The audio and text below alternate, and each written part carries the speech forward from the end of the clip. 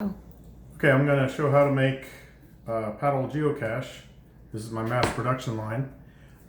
Printed these out on Write and Rain paper, and then I printed the 3 on 8.5 by 11, and I just cut them with a paper cutter.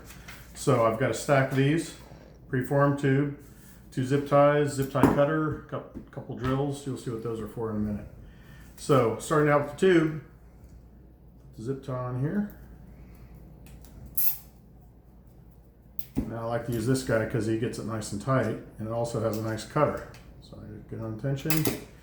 And then, now that we have this little leftover piece, that's really handy as a thing to help grab the log. So I've got some tape here. This is some Gorilla tape.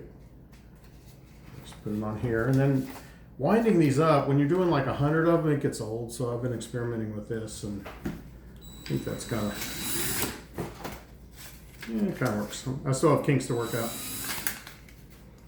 That's enough to do the job. And then put her in there. And then screwing the cap on, kind of that wears the fingers up too. So I'm gonna use a metal drill here with my biggest socket, and I put some flex tape in there, and it's the sticky side, I flipped it over so it's grabbing a hold of the cap.